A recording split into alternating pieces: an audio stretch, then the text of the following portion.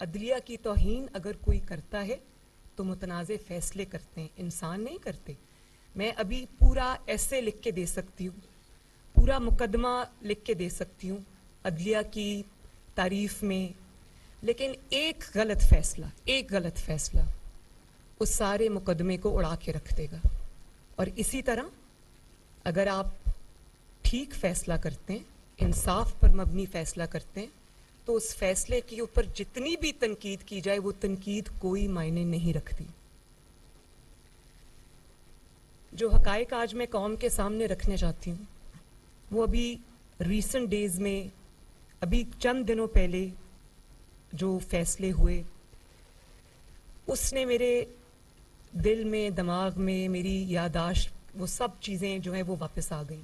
میں ان کو مختصراً کوشش کروں گی، لیکن کیونکہ وہ ناانصافیوں کی فہرست اتنی طویل ہے کہ مولانا صاحب مجھے تھوڑا سا اگر وقت عنایت فرما دیں. پچھلے دنوں آپ نے دیکھا کہ حمزہ شہباز شریف صاحب کا الیکشن ہوا، وہ جیت گئے. تحریک انصاف سپریم کورٹ کی رجسٹری میں درخواست لے کر گئی، دیواریں پھلاندیں سپریم کورٹ کی لاہور رجسٹری کی، اور قوم نے دیکھا کہ چھٹی کے دن رات کو رجسٹری کھلی، رجسٹرار گھر سے بھاگا آیا، اس نے کہا جی پٹیشن کدھر ہے؟ تو تحریک انصاف کے لوگوں نے کہا کہ پٹیشن تو ابھی تیار نہیں ہوئی. تو پٹیشن اس نے کہا ہم یہاں بیٹھے ہیں، آپ پٹیشن تیار کریں. یہ کبھی کسی مقدمے میں ہوا؟ لوگوں کی پٹیشنز جاتی ہیں انصاف کے لیے، وہ پٹیشنز لگتی ہی نہیں، انتظار میں کئی ہفتے مہینے گزر جاتے ہیں. اب میں اس کی تفصیل میں جاؤں گی تو وہ ایک بہت لمبی لسٹ ہے. اور جب پٹیشن آتی ہے، ہمارے انصاف کا نظام یہ ہے کہ جب کوئی پٹیشن آتی ہے تو لوگوں کو پہلے سے پتہ ہوتا ہے کہ بینچ کون سا بنے گا، اور جب بینچ بنتا ہے تو لوگوں کو پتہ ہوتا ہے پہلے سے کہ فیصلہ کیا ہوگا. یہ ہے اس وقت ہمارے ملک میں انصاف کی حقیقت. سنجرانی صاحب کے الیکشن میں 6 ووٹس ریجیکٹ ہوتے ہیں، اسپیکر رولنگ دیتا ہے. سپریم کورٹ میں جاتے ہیں تو کورٹ کہتی ہے کہ جو اسپیکر کی رولنگ ہے اس کو چیلنج نہیں کیا جا سکتا، لہٰذا وہ 6 ووٹس جو ہیں وہ ریجیکٹڈ ہیں. اب آپ آ جائیں پنجاب اسمبلی کی طرف، وہاں پر اسپیکر نے رولنگ دی کہ چودھری شجاعت حسین صاحب جو پارٹی کے سربراہ ہیں، ان کی مرضی کے خلاف جنہوں نے ووٹ دیے ہیں وہ کاؤنٹ نہیں ہوں گے. تو سپریم کورٹ نے ان کو بلا کر کٹہرے میں کھڑا کیا، حالانکہ وہ بھی ڈیپٹی اسپیکر کی رولنگ تھی، اس کو کھڑا کیا. قاسم سوری صاحب کو کیوں نہیں بلایا گیا سپریم کورٹ میں، جبکہ سپریم کورٹ نے کہا کہ آئین ٹوٹا ہے؟ کیوں ان کو نہیں بلایا گیا؟ اور وہیں سے اگر آغاز کر لیں تو قاسم سوری صاحب نے کا اوپن اینڈ شٹ کیس ہے، ان کے جعلی ووٹ ثابت ہوئے میں، اور 2.5 سال سے سپریم کورٹ سے ان کو سٹے ملا ہوا ہے. اور پرائم منسٹر اس کو پریزیڈنٹ صاحب بھی انوالوڈ تھے، قاسم سوری صاحب بھی انوالوڈ تھے، کسی کورٹ نے ان کو نہیں بلایا. پرائم منسٹر کو تو شہباز شریف صاحب جب سے پرائم منسٹر بنے اکثر کورٹ میں دیکھے جاتے ہیں، اس کی تفصیل میں بعد میں آتی ہوں. پھر 25 ارکان کو کہا کہ ڈی سیٹ ہو گئے. ڈی سیٹ اس صورت میں کہ اگر پارٹی ہیڈ یہ درخواست دے کہ انہوں نے پارٹی ہیڈ کی منشا کے خلاف ووٹ دیا، لہٰذا ان کو ڈی سیٹ کیا جائے. آپ نے ڈی سیٹ بھی کر دیا، کہا کہ ان کے ووٹس بھی نہیں گنے جائیں گے. 95% جو انڈیپینڈنٹ جورسٹس تھے انہوں نے کہا کہ یہ آئین کو، کانسٹیٹیوشن آف پاکستان کو ری رائٹ کرنے کے مترادف ہے.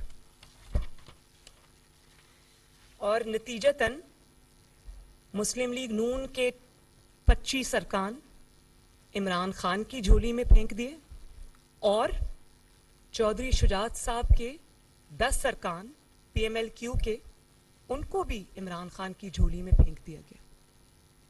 مطلب پی ایم ایل این کے مائنس کر دیں اور پی ٹی آئی کے پلس کر دیں. یہ کہاں کا انصاف ہے؟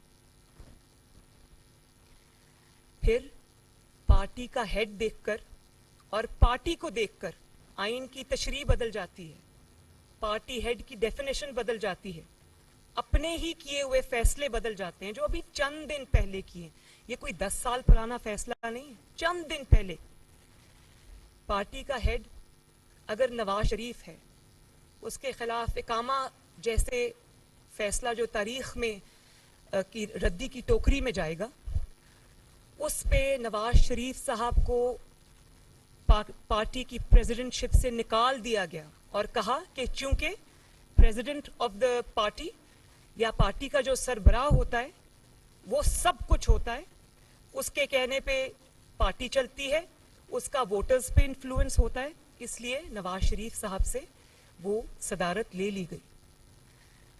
چودھری شجاعت صاحب جب بطور پارٹی پریزیڈنٹ اپنی پارٹی کو کوئی احکامات دیتے ہیں تو پارٹی پریزیڈنٹ کے احکامات تب کوشچن میں آ جاتے ہیں. لیکن عمران خان صاحب جب بطور پارٹی صدر یا چیئرمین حکم دیتے ہیں تو وہ معتبر ٹھہرتا ہے. چودھری شجاعت صاحب کی دفعہ پارلیمانی پارٹی معتبر ہو جاتی ہے اور عمران خان صاحب کی دفعہ پارٹی چیئرمین کی ڈیفینیشن بھی بدل جاتی ہے, آئین کی تشریح بھی بدل جاتی ہے, آئین کا حلیہ بھی بدل جاتا ہے.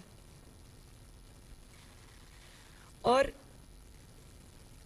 دیکھیں ترازو تو ٹھیک کر لیں, ترازو ٹھیک ہوگا تو پاکستان اپنے آپ ٹھیک ہو جائے گا. اور ٹرسٹی چیف منسٹر, بلیک لا ڈکشنری, یہ کدھر سے نئے نئے آئیڈیاز, نت نئے آئیڈیاز, منفرد آئیڈیاز آتے ہیں؟ کبھی سنا آپ نے کہ کوئی ٹرسٹی چیف منسٹر ہو؟ جب سے حمزہ چیف منسٹر بنا ہے پنجاب میں اس کو کام نہیں کرنے دیا گیا, وہ کام نہیں کر سکا, اپنی کابینہ نہیں بنا سکا, بار بار پارلیمنٹ سے کوٹ, کوٹ سے پارلیمنٹ, پارلیمنٹ سے کوٹ, کوٹ سے پارلیمنٹ. تو یہ کہاں کا انصاف ہے؟ پھر کامنٹس میں محترم چیف جسٹس صاحب فرما رہے ہیں کہ اکانومی کی سٹیٹ اچھی نہیں ہے. میں اس پر بھی بات کرنا چاہتی ہوں. 4 سال جب اکانومی کے نٹ بولٹس کھولے جا رہے تھے, جب عمران خان اکانومی کی تباہی کر رہا تھا, ایک سٹیٹمنٹ آپ نے کبھی سنی ہے کہ اکانومی کی حالت اچھی نہیں؟ اکانومی کی جب بات ہوگی تو اپریل 22 میں جب ہمیں حکومت ملی اور آج جولائی 22 میں یہ موازنہ نہیں ہوگا. پھر موازنہ ہوگا 2017 کا پاکستان, جب آپ نے نواز شریف کو نکالا تھا تب اکانومی کی کیا سٹیٹ تھی, اور جب اپریل میں عمران خان حکومت چھوڑ کے گیا تو اکانومی کی کیا سٹیٹس تھی. اس وقت وینٹیلیٹر پہ اکانومی تھی, لیکن اس وقت کسی کو کوئی خیال نہیں آیا, کوئی سو موٹو نہیں ہوا, کوئی وہ سیاہ و سفید کا مالک رہا. اس نے پاکستان کے ہر شعبے میں تباہی کی, لیکن اس کو کھلی آزادی تب بھی تھی, اس سے پہلے بھی تھی, آج بھی ہے. اور اکانومی کی بات سائڈ پہ آپ اگر رہنے دیں, وہ اس کی بھی ایک بہت لمبی تفصیل ہے. آپ صرف چند ہوش ربا حقائق آپ دیکھ لیں کہ ملک ریاض صاحب کو 50 بلین جو ہے وہ برطانوی حکومت پاکستان, اسٹیٹ آف پاکستان کو دی تھی, اور وہ اپنے جو کیبنٹ ہے اس میں ایک بند لفافہ لہراتے ہیں. اس بند لفافے میں اللہ جانے کیا ہے. یہ بھی ہو سکتا ہے کہ نیوکلیئر ایسٹس ہم کسی کو دے رہے ہیں خدا نخواستہ, یا کشمیر میں سرنڈر کر رہے ہیں, آپ کو کیا پتا کیا ہے. انہوں نے وہ اس طرح بند لفافہ دکھایا اور وہ پیسہ 50 ارب روپیہ ملک ریاض صاحب کو سائفن آف کر دیا. وہ پاکستانی قوم کا پیسہ تھا. کہاں ہے اس کی منی ٹری؟ اس پہ کسی نے سو موٹو نوٹس لیا؟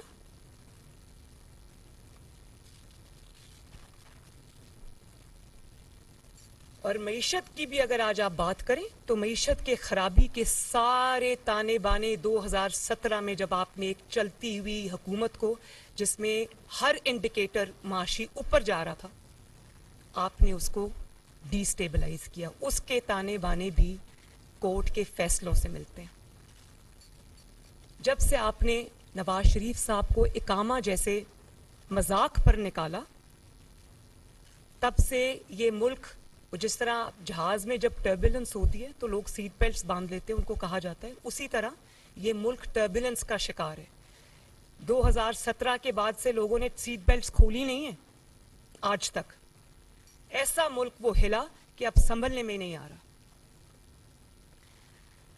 جے آئی ٹیز بنی پاکستان کی تاریخ کی پہلی جے آئی ٹی تھی واٹس ایپ کالز پہ وہ جے آئی ٹی بنی ایک ایک تفصیل سامنے آئی مانیٹرنگ جج لگایا گیا پاکستان کی تاریخ کا پہلا واقعہ تھا اور وہ مانیٹرنگ جج جو تب لگایا تھا وہ آج بھی مانیٹرنگ جج لگا ہوا ہے وہ تا حیات مانیٹرنگ جج وہ اس مقدمے کے لیے لگایا تھا لیکن لگتا ہے کہ وہ تا حیات مانیٹرنگ جج لگ گئے ہمارے اوپر ہر مقدمے میں جو ہمارے خلاف ہوتا ہے اس میں وہ شامل ہوتے ہیں تو باقی کی سپریم کورٹ میں اتنے زیادہ ججز ہیں فاضل ججز ہیں انصاف کرنے والے ججز ہیں اچھی ریپوٹیشن کے مالک ججز ہیں کسی بھی شک و شبہ سے بالا تر ان کی انٹیگریٹی ہے وہ والے ججز ہیں ان کو کیوں اس میں شامل نہیں کیا جاتا ایک یا دو ججز جو ہمیشہ سے anti P M L N رہے ہیں اینٹی گورنمنٹ رہے ہیں بار بار اسٹیبلش ہوئے ہیں انہی کو اس بینچ میں بٹھا دیا جاتا ہے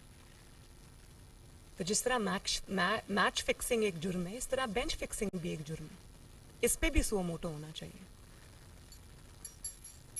اور پھر کیا کیا القابات سے سپریم کورٹ کے ججز نے 5 ججز نے ہمیں نہیں نوازا God father Sicilian mafia Shakespeare کے ڈرامے سے نکال کے وہ چیزیں لے کر آئے کبھی کسی نے تاریخ میں نہیں سنا اور اتنے بڑے بڑے القابات سے نوازا اور نکلا اور پوری دنیا میں کھوجی دوڑا دیے کہ نواز شریف کے خلاف کوئی ثبوت لے آؤ سٹنگ پرائم منسٹر کے خلاف ثبوت لے آؤ ثبوت ہوتا تو ملتا نا جہاں گناہ ہوتا ہے جہاں جرم ہوتا ہے اس کا ثبوت ہمیشہ ہوتا ہے کچھ نہیں ملا اور پھر آخر میں سسیلین مافیا گاڈ فادر سب کچھ کہہ کے اور آخر میں ایک اقامہ پر چلتا کیا اور مائی لارڈشپس میں آپ سے بہت احترام کے ساتھ کہتی ہوں کہ جس عدالت میں پیناما کا کیس چل رہا تھا اسی عدالت میں اس بینچ پہ بیٹھے ہوئے ایک جج نے جسٹس کھوسا نے میں ایکس وائی زیڈ نہیں کہتی میں نام لیتی ہوں جسٹس کھوسا نے عمران خان کو کہا کہ سڑکوں پہ کیا مارے پھر رہے ہو میرے پاس لے کے آؤ پٹیشن میں سنتا ہوں دیر بائی میٹنگ کہ نواز شریف کو نکالنا چاہتے ہو میں تمہاری مدد کروں ہم نکالتے ہیں اور پھر دنیا نے دیکھا کہ وہ نکالا گیا ان کو اسی عدالت میں اس سے بڑا مذاق کیا ہوگا کہ اسی عدالت میں سپریم کورٹ کے کورٹ روم نمبر 1 میں ڈکلیئرڈ اشتہاری عمران خان جو ڈکلیئرڈ اشتہاری تھا وہ اسی کورٹ روم نمبر 1 میں فاضل ججز کے سامنے پیش نہیں ہوتا تھا بیٹھ کے پیناما کی پروسیڈنگز دیکھتا تھا تالیاں بجاتا تھا چھلانگے لگاتا تھا اور کسی میں اتنی ٹانگ پہ ٹانگ رکھ کے بیٹھا پوری پیناما کی کاروائی دیکھتا تھا کیونکہ اس کو پتا تھا آخر میں فیصلہ کیا آئے گا کبھی کسی جج نے اس کو پوچھا کہ بھائی تم اشتہاری ہو تم یہاں کورٹ روم نمبر 1 میں کیا کر رہے ہو وہ ہمارا مذاق تو نہیں اڑا رہا تھا وہ کورٹ کا مذاق اڑا رہا تھا وہ انصاف کا مذاق اڑا رہا تھا وہ عدل کا مذاق اڑا رہا تھا وہ ان ججز کا مذاق اڑا رہا تھا جو 5 بینچ کا اسکواڈ بیٹھا ہوا تھا ان کا مذاق اڑا رہا تھا کہ دیکھو میں اشتہاری ہوں میں تمہارے پاس آیا ہوں لیکن تمہارے اندر اتنی ہمت نہیں کہ تم مجھے کچھ بھی کہہ سکو اور پھر بات وہاں پر نہیں رکی آپ یہ دیکھیں کہ ہمیں توہین عدالت میں ہمارے کتنے لوگوں کو چن چن کے باہر کیا گیا حالانکہ تاریخ گواہ کہ ان میں سے کسی نے کوئی توہین عدالت نہیں کی تھی طلال چودھری دانیال عزیز صاحب سب کی بات آپ لے آئیں آج تک ڈسکوالیفائڈ ہیں وہ اور اگر آپ کو پتہ نہیں ہے کہ توہین کیا ہوتی ہے تو میں بتا دیتی ہوں وہ ویڈیو سب نے دیکھی بہت تکلیف ہوئی وہ ویڈیو دیکھ کر تنقید بھی تمیز کے دائرے میں رہ کر ہو تو وہ تنقید اچھی لگتی ہے ایشوز پہ بیسڈ اگر تنقید ہو تو اچھی لگتی ہے لیکن آپ نے بھی وہ ویڈیو دیکھی ہے میرے فون میں ہے کہیں تو دکھا دیتی ہوں ہم سب نے وہ ویڈیو دیکھی ہے جب یو کے میں پی ٹی آئی پروٹیسٹ کر رہی تھی نے عمران کی آئین ٹھکنی پر فیصلہ دیا اور کہا کہ آئین ٹوٹا ہے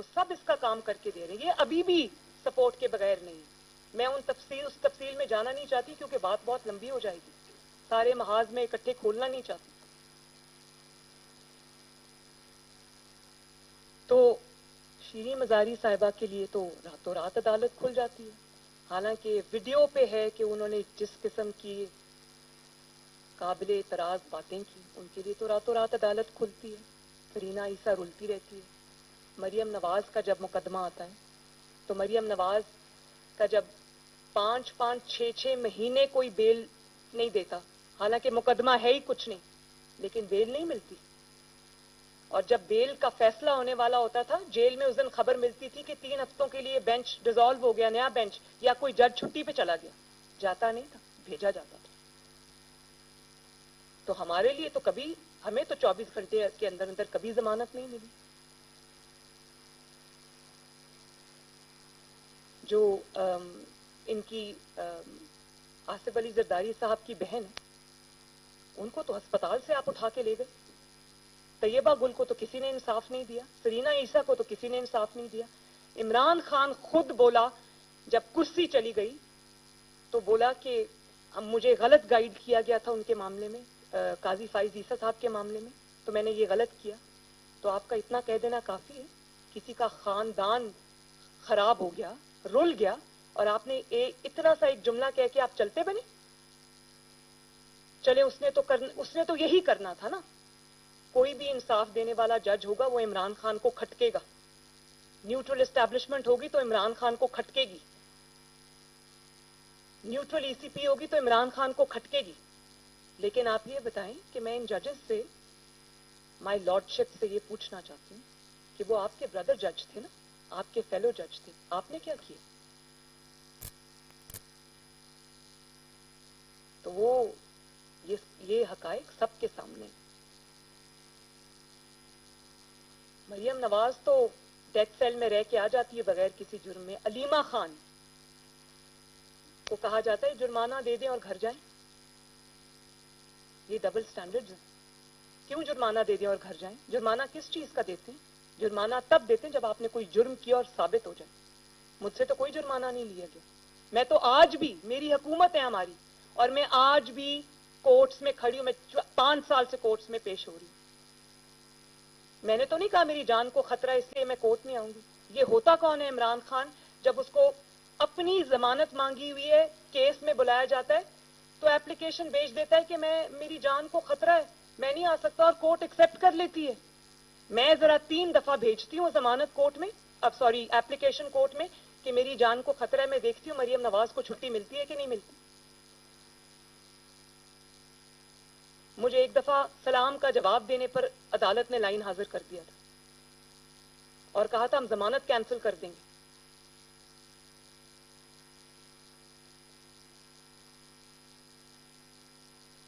تو علیمہ خان پہ تو کوئی سو موٹو نہیں ہوا, وہ چپ کر کے نکل گئی.